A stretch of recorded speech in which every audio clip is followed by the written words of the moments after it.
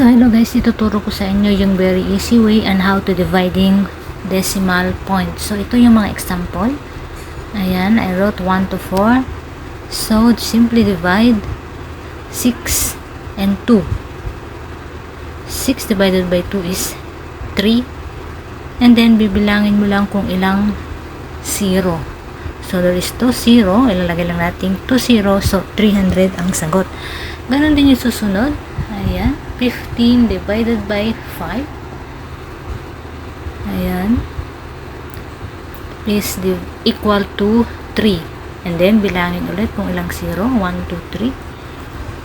So, ang sagot ay 3,000. Ganun lang kadali guys. And then, dito sa baba, 21 divided by 3 is equal to 7. And then, bilangin ulit kung ilang 0. 1, 2, 3. Is equal to 7,000. And then the last